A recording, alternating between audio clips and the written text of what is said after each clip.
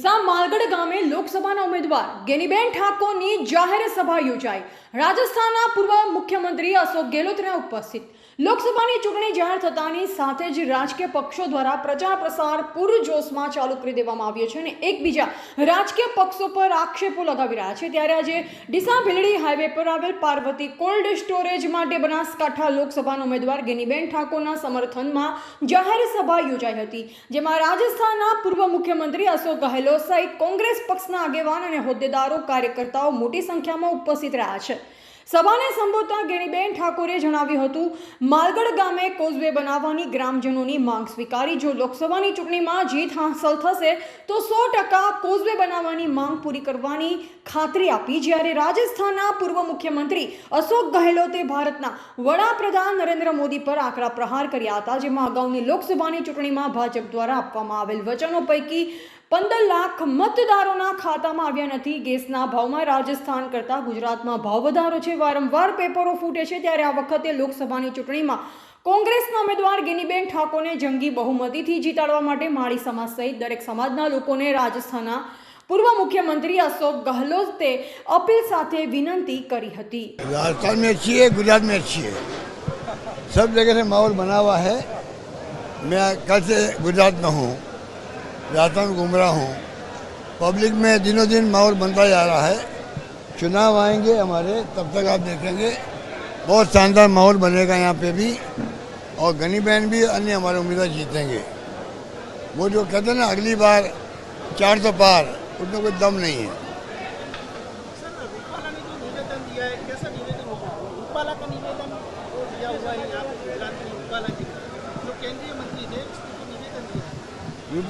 रूपाला जी की सब जगह आलोचना हो रही है, जिस प्रकार वो बोले हैं उनकी आलोचना सब जगह हो रही है।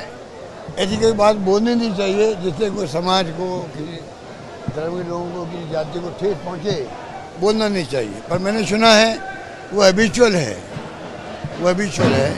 पढ़े लिखे हैं, शिक्षित हैं, पर वो हैबिचुअल है बोलने के लिए। कोई जाति को नाराज करती रहते वो लोग। समग्र बनासकांठा जिल्लानी तालुका पंचायतनी सीट वाइज अमे कार्यक्रम कर्यो। आ चूंटणीनी अंदर आखुं अनोखुं जोवा मळे छे। अनोखुं ए जोवा मळे छे के चूंटणी आवे एटले दरेकने एम होय के अमे गाड़ी लईने फरशुं, खर्चो करशे। उम्मीदवारों आर्थिक रीते जे नाना मोटी मागणीओ होय ए चूंटणीनी अंदर नीचेना कार्यकरो के बधा उघराणी करता होय छे। पण आ चूंटणीमां एवुं छे के मंडप जाते बांधे, व्यवस्थाओ जाते करे, इवन ए टू जेड व्यवस्था करवानी होय ए स्व लोको करे छे। अने बीजું इम्पोर्टન્ટ बात ए छे के एक बाजू आटला सामे संसाधनो होवा छतां एमने पब्लिक भेगी करवा माटे के मीटिंग करवा माटे बहु मेहनत करवी पड़े छे।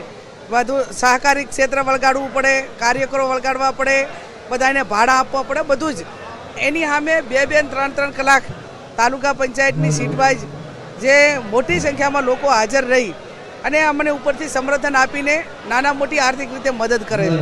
એટલે एक बाजू जनशक्ति, एक बाजू धनशक्ति, पण ज्यां जनशक्ति होय त्यां धनशक्तिनी जरूर पड़े नहीं। अने इतिहास एनो गवाह छे કે 1948 गांधीजी ने देश की आज़ादी माटे जे सुखी संपन्न लोकोए पोतानी संपत्ति देश ने अर्पण करी थी। सुखी संपन्न लोकोए वर्तमान समय में सुखी संपन्न लोको ए देशना गरीबों ने चूसेला पैसा भेगा करीने भारतीय जनता पार्टी ने चूंटणी लड़वा माटे भंडोळ आपे छे। आ बाजू लोकशाही टकावी राखवा माटे गरीब लोको के जेने आजनु रोकड़ रकम जे मळी होय मजूरीना अर्थे ए गुजरात चलावे छे, आवती काले मजूरी जवानुं छे, एवा लोको जे लेबर वर्ग छे, मध्यम वर्ग छे, ए 500-1000 रुपया आपी अने लोकशाही बचाववानुं काम करी रह्युं छे। એટલે આ બે વચ્ચે એક મોટો તફાવત છે અને તફાવત છે ત્યારે જેટલો જનતાનો આભાર માનીએ એટલો ઓછો। એક બાજુ સામ દામ દંડની ભેદની રાજનીતિ અને સામેના ઉમેદવારો એમના સગાવાલા અને એમની ચૂંટણીનું કેમ્પેન કરવાવાળા विविध डिपार्टमेंटना अधिकारीओने बोलावीने फरजियातपणे फाळानी उघराणी करी रह्या छे। अने एक बाजू अमने सामेथी 500-1000 हो 50 रुपया आपी रह्या छे। एटले एक बाजू दबावनी राजनीति छे अने एक बाजू डेमोक्रेसी लोकशाहीना भागरूपीनी राजनीति छे। एटले हर हमेशा જ્યારે પણ બનાસકાંઠા જિલ્લાએ નક્કી કર્યું ત્યારે કોંગ્રેસ પાર્ટીને આશીર્વાદ આપ્યા છે. આ ચૂંટણી ભાજપ કોંગ્રેસ વચ્ચે કરતા એક વિચારધારા અને એક વ્યક્તિના લીધે આખા જિલ્લાનું જે વાતાવરણ એક સરમુક્તશાહી તરફ જે ધકેલાઈ રહ્યું છે એમાંથી આઝાદી મેળવવા માટેની આ ચૂંટણી.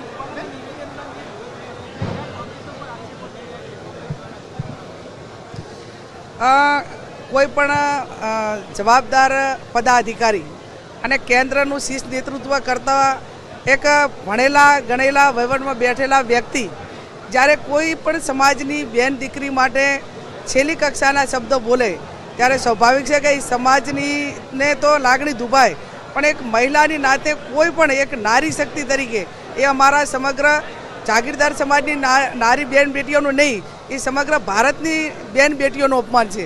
અને સમગ્ર ભારતની બેન બેટીઓને એક અસ્મિતા ઉપર જ્યારે એના સામે સવાલ ખડો થાય ત્યારે સ્વાભાવિક છે કે જાગીરદાર સમાજે જેનો આક્રોશ છે એની રૂપાલા ઉપર એની જે એક ગુસ્સો છે એ વ્યાજબી છે. અને એ આજે ગામડે ગામડે જાગીરદાર સમાજ ભારતીય જનતા પાર્ટીને ગામની અંદર મિટિંગ કરવા દેતા નથી, આવવા દેતા નથી. એટલે જર જમીનને જોરું ત્રણેય કજિયાનું છોરું. એક દીકરી માટે, એક મહિલા માટે, એક સ્ત્રીઓ માટે ઇતિહાસ ગવાહ છે કે ક્યાંક શહીદી વરી હોય તો ગાયો માટે કે મહિલાઓ માટે કે બેન દીકરીઓ માટે છે. અને જ્યારે ક્ષત્રિયો ઉપર આ રીતની જ્યારે ક્ષત્રિયોને ઉપર બેન બેટીઓ ઉપર આવા સવાલ ઊભા કરે તો હું માનું ત્યાં સુધી માફીને કોઈ પાત્ર નથી. અહેવાલ અમૃત માળી, સંબંધ ભારત ન્યૂઝ, ડીસા.